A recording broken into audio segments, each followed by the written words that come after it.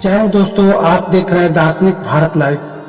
आज के खास पर चर्चा के साथ मैं अमरेश कुमार एक बार पुनः फतवा शहर के आचार्य गद्दी कबीर पंथी मठ के प्रांगण में उपस्थित हुए हैं और आज दीपावली के शुभ अवसर पर आचार्य गद्दी के संरक्षक महंत ब्रजेश मुनि महाराज जी के नेतृत्व में खीर पूरी और तस्मई का भंडारा के माध्यम से लोगों को खिला करके दीपावली की शुभकामनाएं दी गई है। और इस जगह पे आज हम इकट्ठा हुए हैं एक विशेष परिचर्चा के साथ। हम लोगों के बीच में राजनीति विश्लेषज्ञ और जाने माने पत्रकार अरुण कुमार पांडे जी हैं। कबीर मिशन ट्रस्ट के संस्थापक अध्यक्ष और आचार्य गद्दी फतवा से संबंध रखने वाले आचार्य महंत ब्रजेश मुनि महाराज हैं। समाज सेवी और प्रसिद्ध चिकित्सक डॉक्टर लक्ष्मी नारायण सिंह हैं।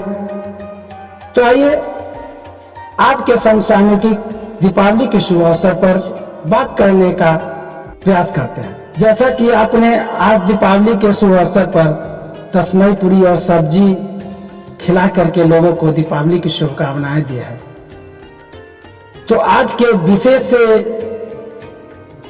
समय में आप इस सनातन परंपरा के द्योतक दीपावली पर्व को किस रूप से देखते हैं? हाँ, ये महापर्व है दीपावली का। इसके लिए मैं हार्दिक शुभकामना देता हूँ आपको भी और देशवासियों को भी। और हमारे कबीर साहब ने कहा, सदा दिवाली संत घर आठों पहर आनंद, निज स्वरूप में मस्त रहो सोहम प्रमानंद। संतों के साथ हमेशा दीपावली ही होता है। कारण क्या है कि संत हमेशा अपने में मग्न रहते हैं, मस्त रहते हैं। और ये तो कबीर साहब ने विशेष महत्व दिया है। कर साहब की बंदगी भूखे कुछ दे, बहुत इसी बात है। तो ये तो कबीर मठ है और कबीर मठ की परंपरा रही।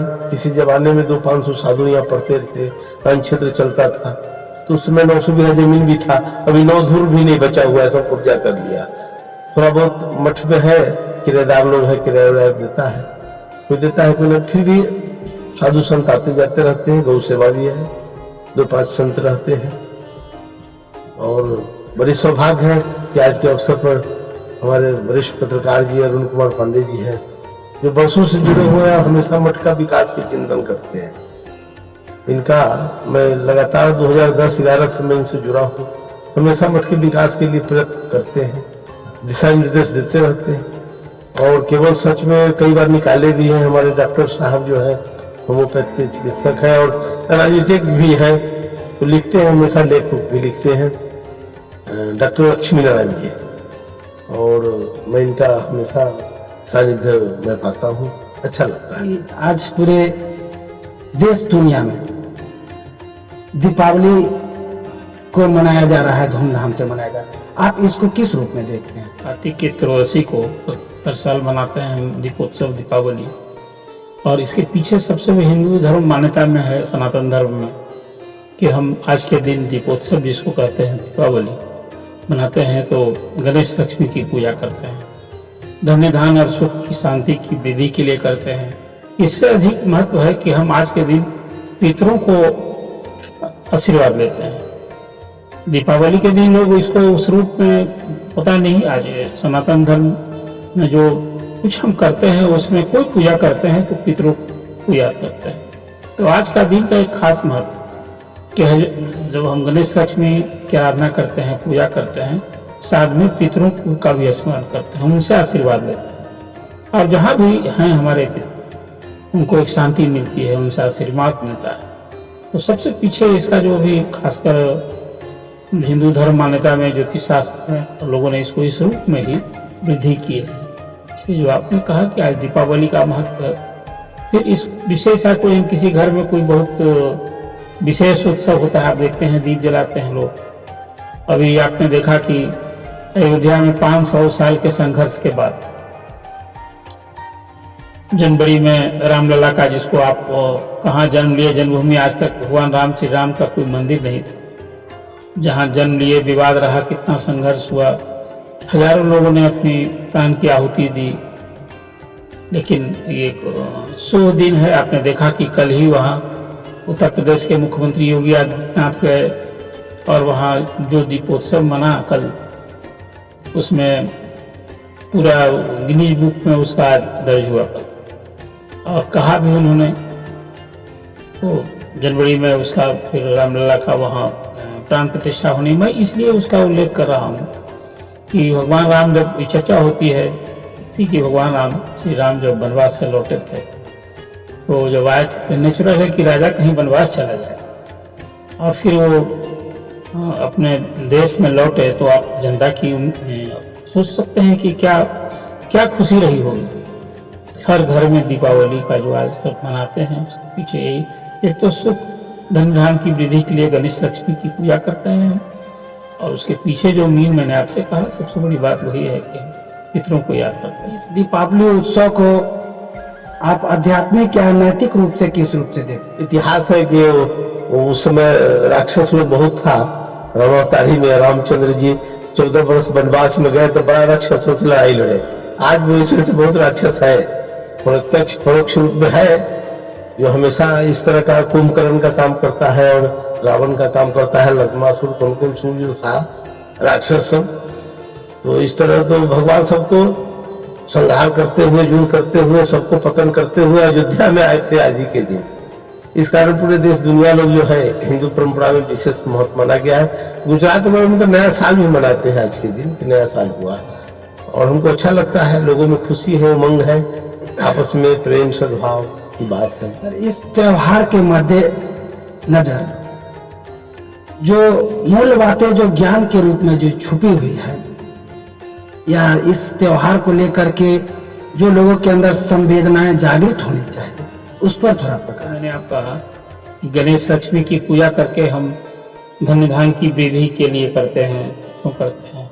साथ में हम जब सामाजिक जीवन में रहते हैं तो जो लोग इसके अभाव से ग्रस्त, खूबसूरती होगी, हम तो धन धान की वृद्धि के लिए पूजा करते हैं, लेकिन जो इस अभाव से गुजर रहा है हम उसका ख्याल रखें। जैसे एक छोटा एक सांकेतिक संदेश और प्रतीक है।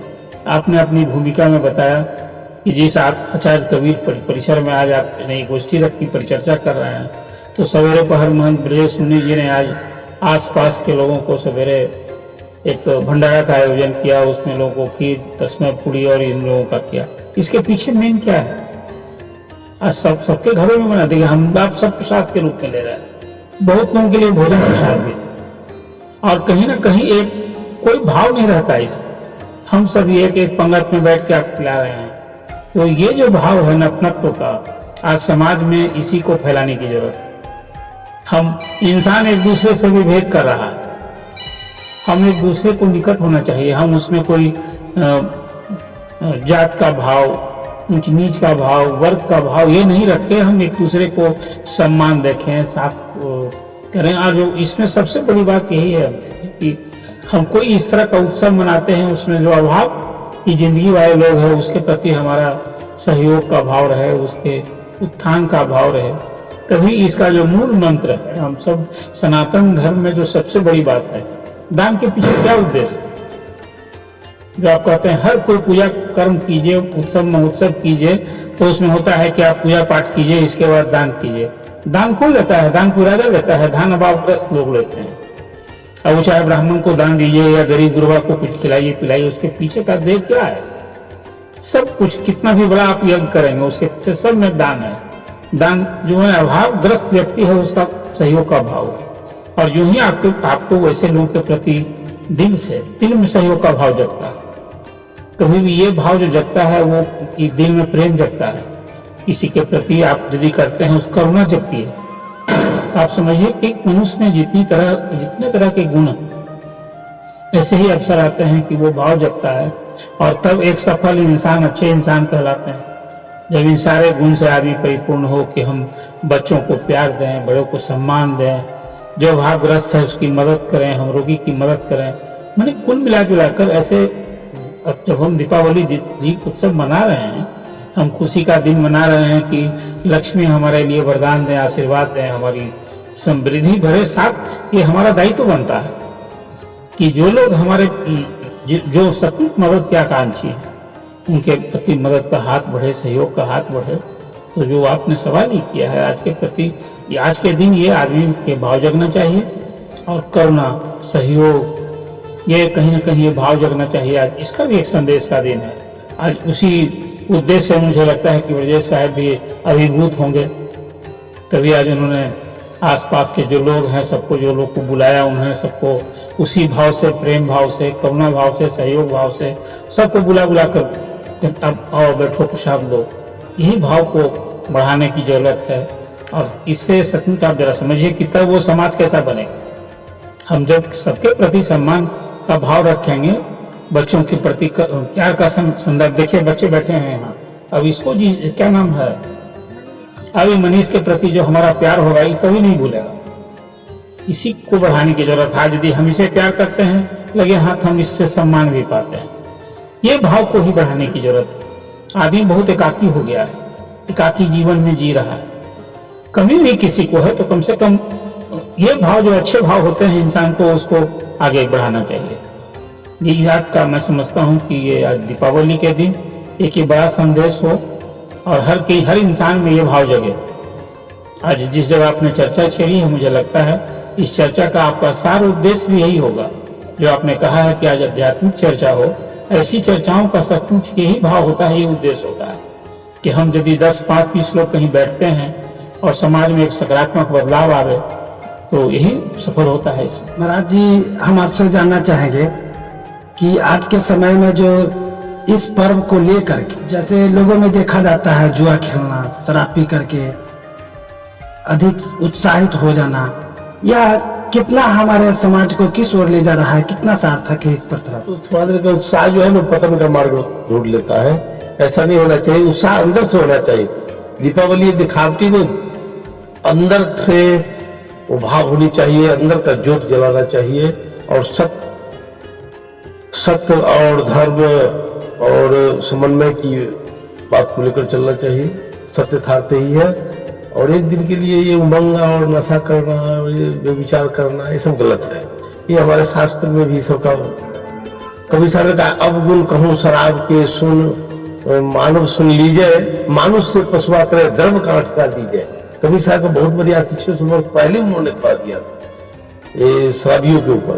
इस शराब पीकर जो है वो धर्म गांठ का रुपया पैसा जो भी कमाता है वो भी बिता देता है, और साथ साथ प्रतिष्ठा का भी, और समाज में भी उसको एक दृष्टि से लोग देखते हैं।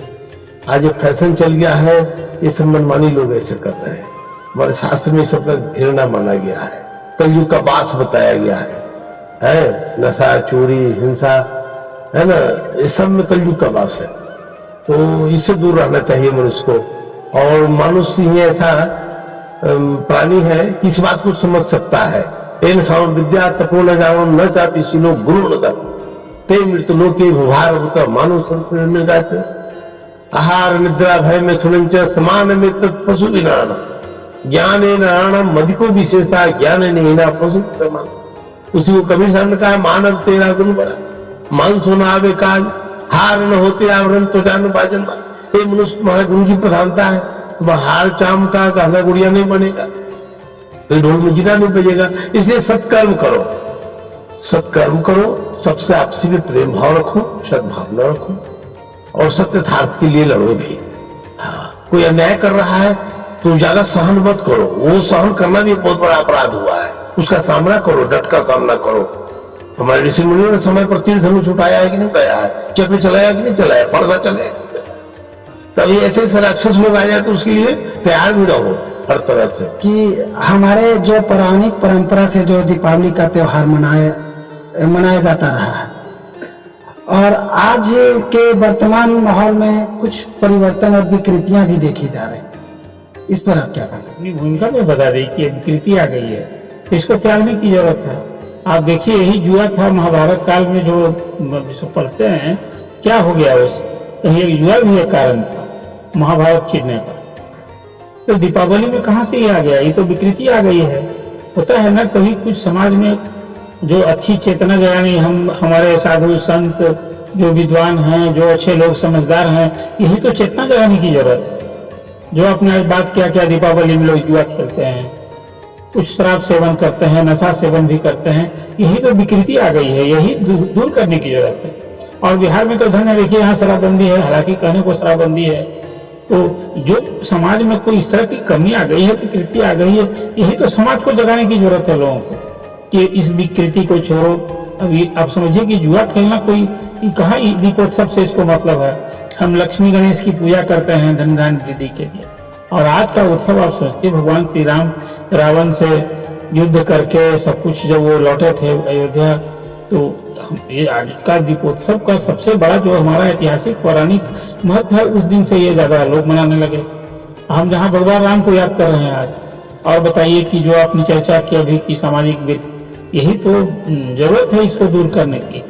लोगों में ये गलत राह भटक जाए आदमी, तो समाज में जो प्रबुद्ध लोग हैं उनका दायित्व बनता है, अपने बाल बच्चों को सिखाइए। जैसे कहते हैं कि आजकल कोई नैतिक शिक्षा का अभाव हो गया है, तो ये जो नैतिकता की कमी आई है, जो एक हम कुछ देखा देखी में भी गलत रास्ते पर भटक जाते हैं। कोई एक जा रहा है, चलो आज दीपोत्सव है, दीपावली है, पर जुआ खेलना चाहिए, तो ये विकृति का कहीं अनुसरण होता है। इसको त्यागने की जरूरत है, जो आपने की चिंता का विषय है। और अमरेश जी, आपने इस चर्चा के माध्यम से जो संदेश लोग जाएगा, ऐसा मुझे लगता है कि लोग एहसास करेंगे कि हम तो भटक गए हैं।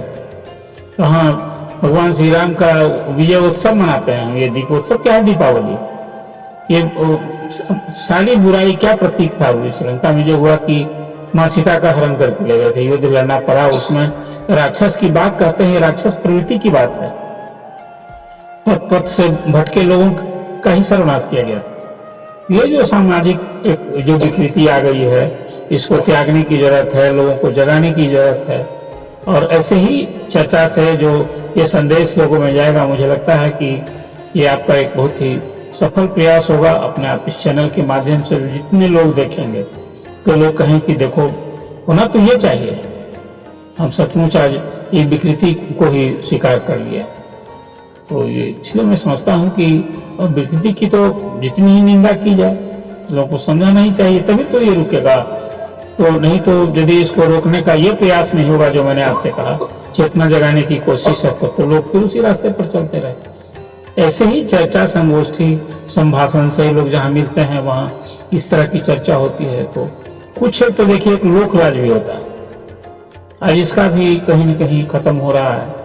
तो जब ये सब कुछ एक बंधन मजबूत होता है ना, तो हम अभी आए हुए हैं पंजाबी राय जी, तो हमको भी लोक लाज हुआ कि कहीं जब भी हमें कोई कमी है तो ये जान न जाए, तो हमको रोकता है कोई गलत रास्ते से जाने से। और नहीं तो इससे जब आदमी सब कुछ से वही रास्ते पर चला जाता है, तो इसको कहेंगे राह से भटक गया है लोग, ऐसे लोग। लेकिन ऐसी चर्चा से निश्चित रूप से समाज की दिशा बदलती है। अच्छे लोग, आज भी समाज में अच्छे लोग भी ज्यादा, जो विकृति आई है समाज में, तो भटके हुए लोगों की संज्ञा चंद लोग। ये अलग है कि समाज मौन है, रिएक्ट नहीं करता है, लेकिन कोई भी राह से भटके हुए कानून तोड़ने वाले लोग थोड़े से भी हैं समाज में। मैं भी मानता हूं वो 10% भी नहीं, लेकिन आपको लगेगा कि 100% का समर्थन है, इसलिए कि समाज में अब इस तरह की बात हो, लोगों को जगह न दिखे। जब बिहार में शराबबंदी लागू हुई तो बहुत जगह महिलाओं ने शराब जहां बिक्री हो रही थी, सड़क पर आ गई महिला। तो हम जो आपने आज बात किया है कि दीपावली के दिन यदा कदा हर जो जुआ होता है, तो शासन प्रशासन का दायित्व और समाज का तो सबसे अधिक दायित्व है। हर व्यक्ति पर पहाड़ तो बैठाया नहीं जा सकता है। जिन विकृतियों की आपने चर्चा की है, सचमुच एक सामाजिक बुराई के रूप में मैं इसे देखता हूँ। और जो भटके हुए लोग हैं, जो एक विकृति आई है, तो लोग को समझाने बुझाने की जरूरत है, एक अच्छा संदेश जाए लोग में। और खासकर युवा पीढ़ी, नई पीढ़ी है, उसको ही समझने की जरूरत है। तो यदि समझेगा तो फिर वो आने वाली पीढ़ी भी समझेगा। और घर का बच्चा यदि सचमुच चरित्रवान होगा, तो अपने पिताजी को भी समझेगा कि पिताजी क्या कर रहे हैं, कि करना अच्छा नहीं है। जो वो घर में भी सीख खुद एक अभिभावक और एक गुरु हो जाएगा। इसलिए मुझे लगता है कि जो कच्ची मिट्टी को आप जैसे चाहे डाल लेते हैं, कहीं मिट्टी को आप कुछ भी बना लेते हैं, तो मुझे लगता है कि ऐसी चर्चाओं का लाभ युवा पीढ़ी में कि संदेश जाना चाहिए। और युवा पीढ़ी जब कुछ अच्छे राह पर होगा, तो इसका सोसाइटी पर एक निश्चित रूप से असर होगा। जैसा कि आचार्य गद्दी के प्रांगण में संत महात्माओं और जाने माने दिग्गजों का विचारों से अवगत हो। तो यह वाकई में मन को झकझोर देने वाली त्योहार है कि दीप हम घर के अंदर जलाते हैं, घर के बाहर जलाते हैं, शहर में जलाते हैं, पूरे देश में जलाते हैं, पर ज्ञान के दीप के तरफ नजर नहीं जाता। तो आज के संदर्भ में दीपावली का यह संदेश पूरे देश के लोगों के लिए है कि घर के अंदर बाहर के साथ साथ अपने मन रूपी दीप को भी प्रज्वलित करने का प्रयास करें और उस दीप में आपके अंदर अंधकार के रूप में, अवचेतन के रूप में मोह माया तृष्णा, लोभ लालच, घृणा और नफरत रूपी जो भावनाएं हैं वह जलकर भस्म हो जाए और अपने ज्ञान रूपी दीप से अपने जीवन को अलौकिक करे और साथ ही उस अलौकिक जीवन के माध्यम से आपके तन मन और धन से जो कार्य होंगे वह वाकई में सफल, सकारात्मक और जन कल्याण के लिए होगा। फिर मिलते हैं इसी तरह से अगले कार्यक्रम के साथ। जय हिंद।